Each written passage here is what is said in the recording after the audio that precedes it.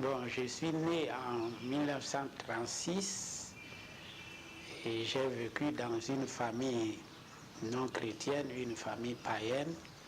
Mais très tôt, à l'âge de 8 ans, j'ai fait la connaissance de la mission baptiste suédoise de Gamboula, où travaillait mon second père paternel, mon oncle paternel, comme menuisier. Et là, j'ai commencé les études en 1945. En 1948, j'ai été converti et j'étais baptisé le 24 décembre 1950. Et le 25 décembre, c'était une réunion de prière et de ma première communion. C'est là où j'ai senti l'appel de Dieu.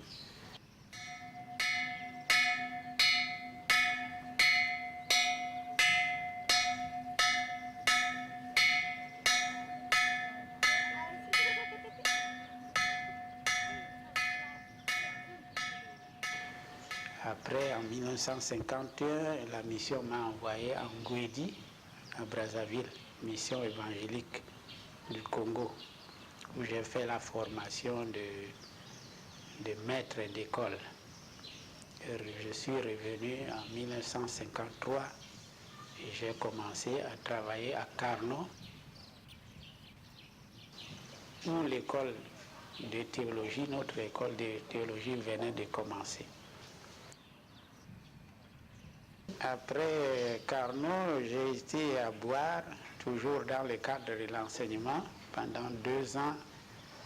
Après Boire, j'ai été affecté à Bania.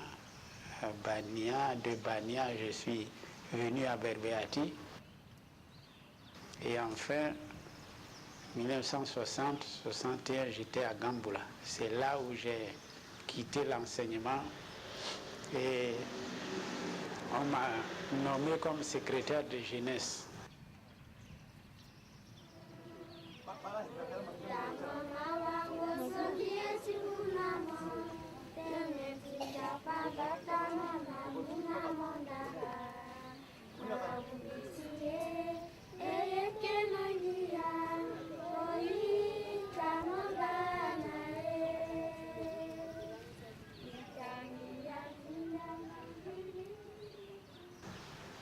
Et en mai 1962, ma femme et moi, nous sommes allés en Suède,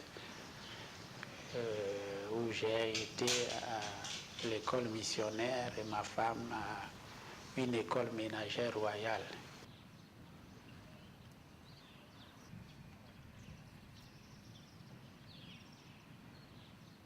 Nous sommes revenus en 64, 65. J'ai été admis à l'école de théologie jusqu'à 1969. Après, comme la mission voulait que je revienne enseignant à l'école de théologie, on m'a envoyé en Côte d'Ivoire. Pendant une année, je suis allé à Nogent-sur-Marne, 69-70, et finalement à la faculté de théologie libre de Vaux-sur-Seine, 71-72. Puis finalement, nous sommes rentrés en 72. Septembre, j'ai commencé à Carnot, à enseigner à l'école de théologie jusqu'à 88. 1988, j'ai été appelé à Bangui, à la faculté comme intendant aumônier jusqu'en 93. Puis je suis revenu à Gamboula comme directeur de l'œuvre médicale.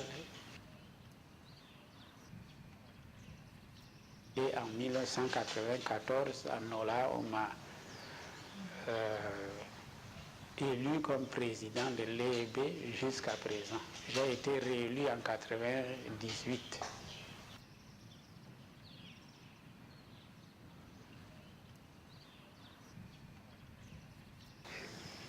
Bon, c'est les responsables d'église m'écrivent.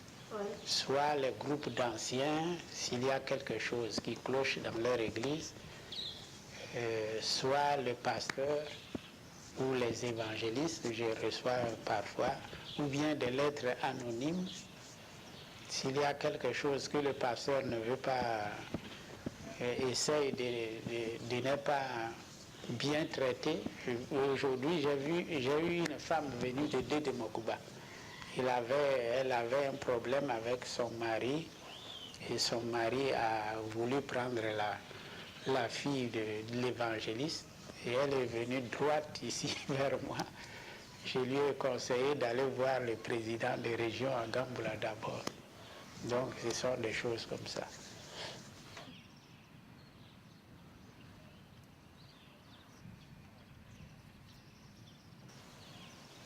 Bon, je voudrais que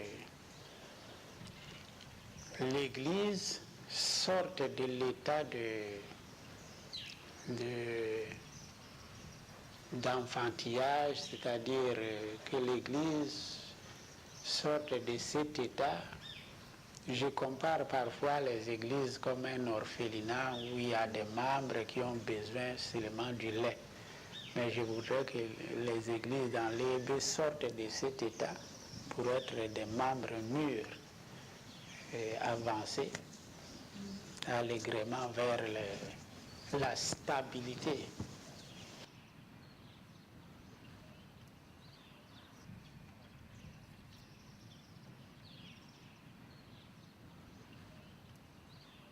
C'est évangélisation, sanctification, édification.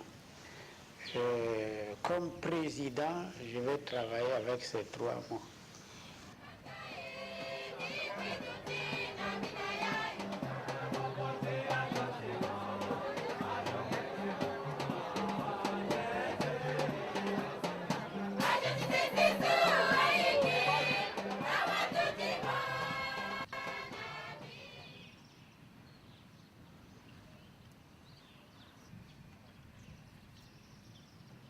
Le rôle de la mission, Interact par exemple, c'est de nous soutenir dans la prière et aussi matériellement. Parce que nous sommes un pays sous-développé, même si on a des moyens, ça sera toujours, les moyens extérieurs seront toujours les bienvenus. Et les missionnaires, moi je pense que les missionnaires doivent s'intégrer dans l'Église. Ils doivent être, au moment où ils sont ici, ils doivent être comme des membres. Ils doivent participer selon leurs dons. Ceux de l'enseignement doivent enseigner, ceux qui prêchent bien doivent continuer à prêcher, ceux qui soignent doivent soigner.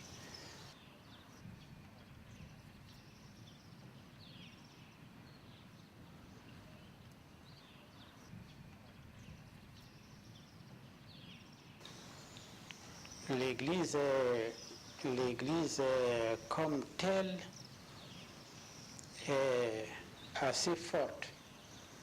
Mais ce que je crains, c'est la vie de nos serviteurs de Dieu. Depuis que j'ai été président, il y a beaucoup de problèmes surgis de notre côté. Il y a des pasteurs qui sont tombés dans le péché, qui menacent, qui pouvaient menacer même la vie de l'Église. Mais heureusement, le Saint-Esprit a toujours tenu l'Église à l'écart et ça marchait.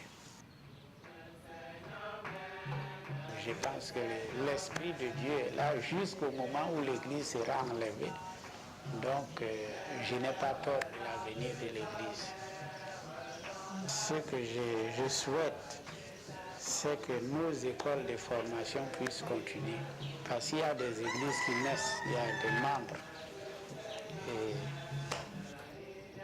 sans les serviteurs de Dieu, sans les responsables, ça risque de diminuer.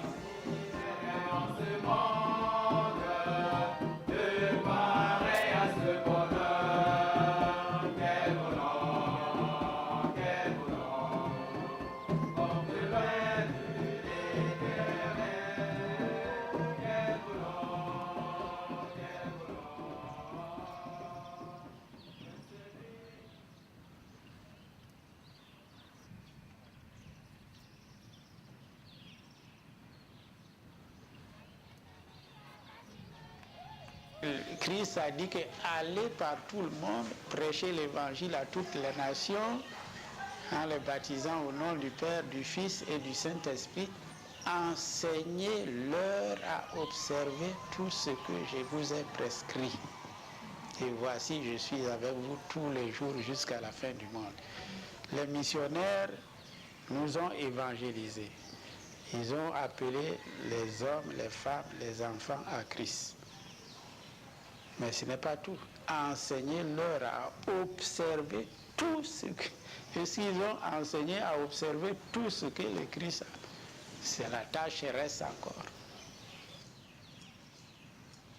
Souvent on dit que si un missionnaire passe dans un pays de surface, alors les gens ont déjà compris l'évangile. Allons dans un autre. Moi, je ne pense pas que c'est comme ça.